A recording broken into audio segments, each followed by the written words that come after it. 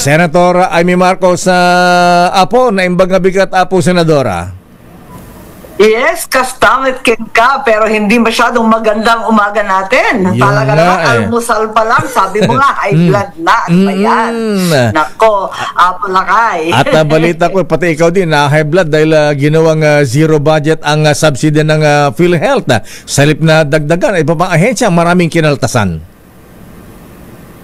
Sa totoo lang, hindi ako nagsasalita kasi minabuti ko muna maghanap ng mga papeles, mga dokumento bago magsalita at magbigay ng reaksyon. Pero sa kasamaang palad, naku talaga kami, nangangapa sa dilim. Wala kaming mahanap na datos, na detalye. Ang sabi, pirmahan na lamang at susunod na lang daw yung mga datos. Tapos, eto nga, may mga lumalabas na bali-balita, sinisiguro ko kung ano ba talaga ang nangyari dahil biglang natubuan ng AKAP, ayun, kasi hawak ko yung DSWD budget. Sabi ko, nung binigay yung budget ng Pangulo, asan ba yung AKAP? Sabi nila, hindi na priority yun, wala na yun. Sabi ko, okay. Pagdating naman ng budget ng Congress, tinatanong ko rin, asan na si AKAP? Naging halik na ba? Abay, wala pa rin daw. Hindi naman daw importante yon, tinanggal na. Sabi ko, maganda yan. Kasi nalalabuan ako sa AKAP, sabi ko, ano kaya, gawin na natin katulad ng AIX, at least maliwanag yon. Kapag namatayan, may burial assistance, pag may nagkasakit, yung chemo, dialysis, maliwanag. Pero yung AKAP nalalabuan kasi ako. Manang Amy. Abay, nung nag-PICAM, may kasunduan na daw ang Senate at ang Congress. Sabi ko, anong kasunduan yan? Ano yan? Bakit may AKAP bigla? Akala ko wala na yan. Kaya nagugulanta kami lahat. Talagang sabi ko, maganda naman tumulong sa tao, pero wag naman ganyang kalabo na ang alituntunin ng AKAP yung tinamaan ng inflasyon, yung kulang sa kita. Nako, Manong Deo, ano ba yan? Kaya nga ayan na. Pero bago na talakay niya na marami nagulo, ano ba yung AKAP tsaka AIX? Paki-explica po yung AKAP, di ba ito yung ayuda sa mga kulang ang kita manang Senator Amy? Yes, yun ang pagkaintindi ko. Yung ayos maliwanag ng konti, kahit papano, yun ang ginamit nung pandemic. Kasi talagang gusto ni Presidente Duterte makatulong sa mahihirap. Talagang ako yung pasimuno, bigyan na ng cash yan. Talaga naman i-expand na natin yung burial assistance, medical assistance, yung nawalan ng trabaho nung pandemic, yung mga hindi makapag-aral ng mga kabataan, yung mga mangingisda, go! Ayan, maliwanag yun. Yung mga hard-hit sector. Pagdating nung AKAP, nagulat na lang ako last year. Kasi sabi ko, ano yan? Pareho lang daw ng AIX. Ganon, sure ka. Bakit walang mga guidelines? Ang alituntunin daw, maliwanag. Lahat ng near poor. Sabi ko, anong meaning ng near poor? Teka na, lahat ng tao nagsasabing near poor sila. Hindi, yung minimum wage. Bakit minimum wage? Yung poorest of the poor, na wala ng minimum wage, na wala ng trabaho, hindi natin nabibigyan. Yung nakahilatang mga lola, yung mga PWD, solo parents, di natin nabibigyan. Bakit yan uunahin? Ang masama pa, eto pa yung dumating, marami pa nagsasabi, hindi daw sila nakakatanggap kasi hindi daw sila malakas. Ayun. Sa kapitan, sa mayor, sa Congress. Ay, naku talaga naman.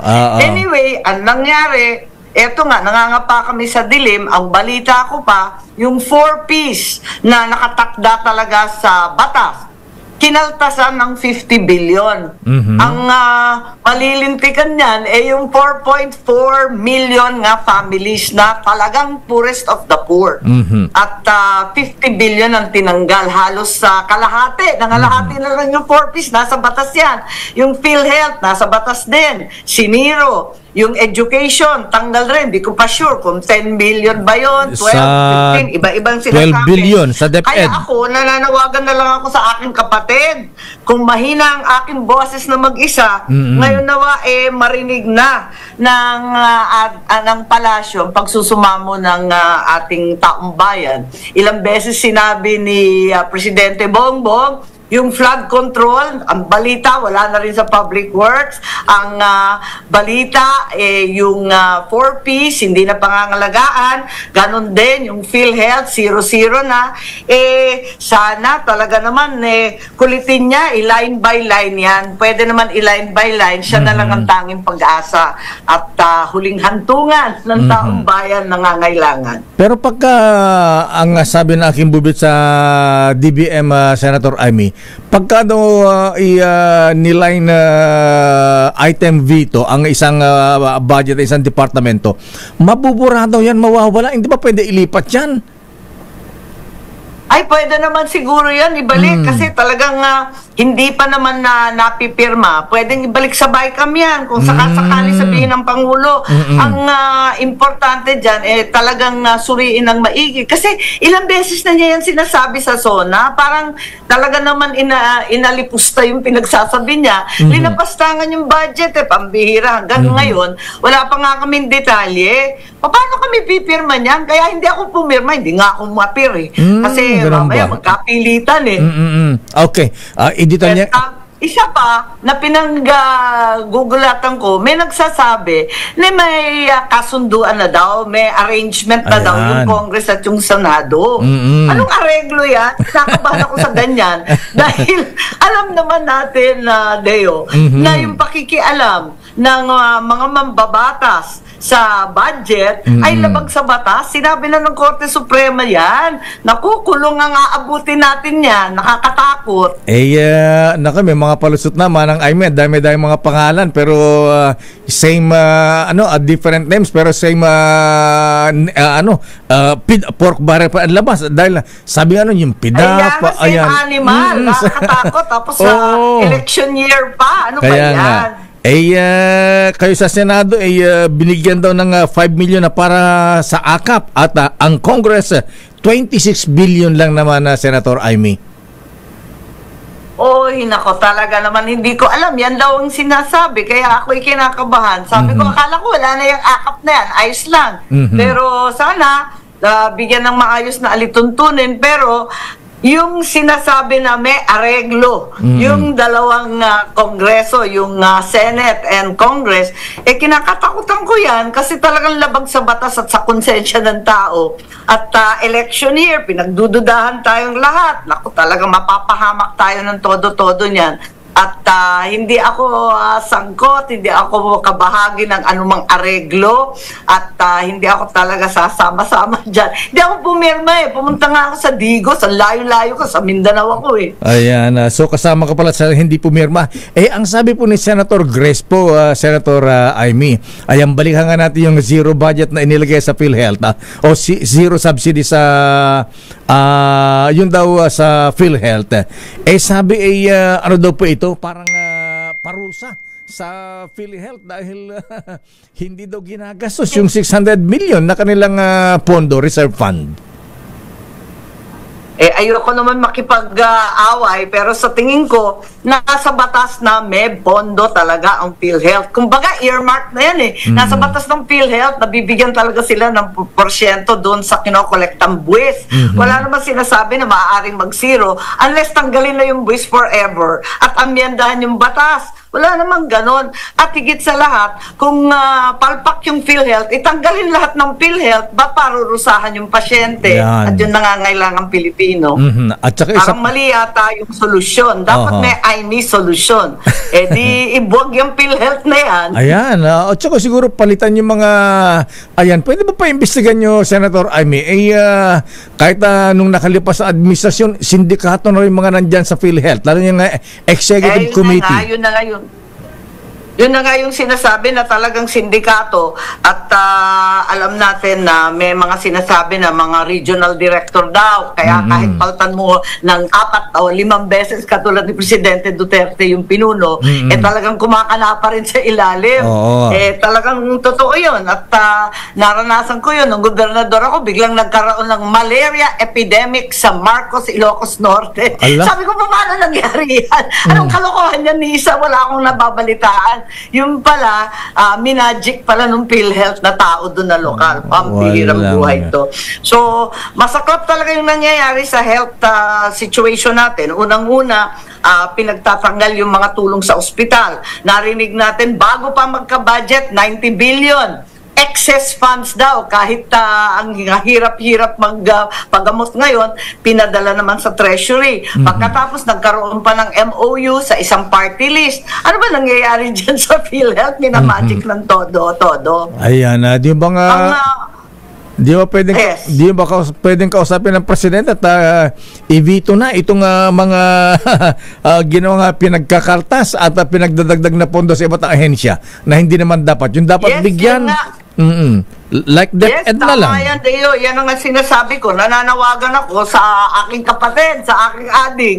Kung mahina ang aking boses dahil nag-iisa ako dito at hindi pumipirma at sinasabing matigas ang ulot, pasaway.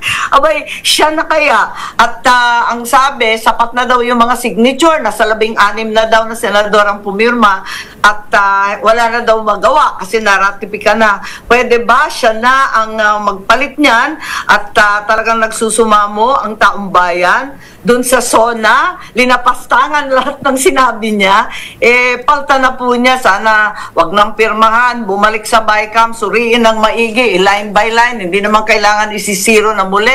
Total, na zero na nga yung 4-piece natin, nakaltasan yung 4-piece ng 50 billion. Yan yung talagang poorest of the poor, isipin ninyo. 4.4 families, zero ang tatanggapin. Wow. At yung flood control na talagang nalulunod na ang Luzon, pati yung Davao nalulunod, 0-0 na rin yung flood control. Ano ba naman ang nangyayari sa buhay natin? Pero alam po niyo, nagkausap na rin tayo, Senator Amy, baka mamay ay nabubulagan kayo, ha? Lately lamang ay nirelease na ng DBM ang 69 billion. At alam mo kung saan nakalaan itong mga 69 billion na ito? Para sa flood control project, katulad ng asphalt overlay. Siguro dapat ito ay mabantayan din. Mga talagang kinakailangan niya. Tapos sinabi na naman, yung mga nawala daw na kinakailangan flood control, yung talagang importante, linagay na lang daw sa unprogrammed. Ano ba ibig sabihin ng unprogrammed? Pag nakachamba at may pera, naku, sinulat sa tubig yan, pampihirang buhay yan. Ayan. At siguro, Senator Amy, sa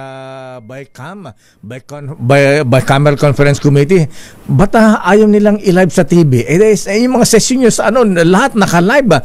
Sabi nga ni Senator Ping, dapat transparent tayo. Ba't pagdating sa Bicam, para executive session? Isipin mo talagang, nag-love letter pa ako, may sulat pa ako, nasa awa ng Diyos, hindi man lang sinagot.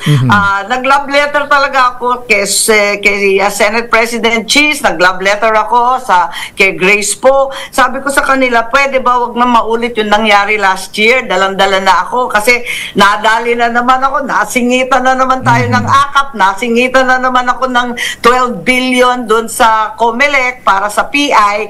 Abay, hindi ko alam yun, hawak ko yung mga committee yon. Sabi ko, konting pag-unawa lang. Ayoko na maulit. Pwede ba i-live stream na natin to? Wala namang sikreto yan. Mas lalong lumala Mas lalang hindi namin alam yung mga datos hanggang ngayon. Sa totoo lang. Kaya akong tagal-tagal ko magkomento, naghahagilap talaga ako ng papel, ng mga detalye. Hanggang ngayon, nangangapa kami sa dilim. Walang detalye, walang konkretong numero. Ang ginawa, total lang ng Public Works. Nandun sa Public Works, 1.1 trillion, wag isnabin. Wow. Pero pag tinanong mo, alin dito yung flood control, alin yung mahiwagang asphalt overlay, alin dito, sasabihin nila, tsaka na yan, pirmahan mo muna. Ayoko ng ganyan. Nakakatakot. Kaya tuloy, pati ang Senado, ayan, kung kayo mga mismong senador, napapaikutan, ha? How much more sa ating mga ordinaryong mga mamamayan? At saka isa pa, ba't ganito ang Senado ngayon? Ito ang tinutuloy na conscience ng Congress noon. Ano na ang nangyari sa mga senador? Ay, nako, mahirap mag-comment, pero talagang gusto ko talagang makisama. Pero tulad ng sinabi mo, huling hantungan talaga ng taong bayan ang Senado. Panindigan na natin. At dahil dito, alam ko na ibang senador, pumirma doon sa harapan yung page 1, kumbaga. Pero ganyang kakapal yan eh. Tapos hinihingi na lang yung e-signature doon sa ibang pahina. Naku, ayoko nang pumayag ng ganyan kasi nakasingit doon kung ano-anong kabulastugan. Talagang linapastangan yung pangako ni Pangulong Bongbong sa SONA, yung inaasam-asam ng taong bayan. Abay, wala lahat doon. Pambihirang buhay, yung tulong sa ospital, wala yan. Yung 4-piece, isipin nyo, 50 billion ang tinanggal. Pwede ba naman yun? Nasa batas lahat yan. Senator Amy, ma'am, ayan, para hindi na masyado ma-high blood, maraming salamat po at maganda umaga po sa inyo. At sana magkausap kayo ng Presidente. Leo, kaya talagang nananawagan na lang ako sa palasyo, Ading Bongbong, please, tignan na lang ito at line by line. Kayo na lang ang pag-asa. Maraming salamat, Leo, at almusal pa lang to, high blood tayo. Pero, Merry Christmas pa rin sa lahat, parang sa Paska.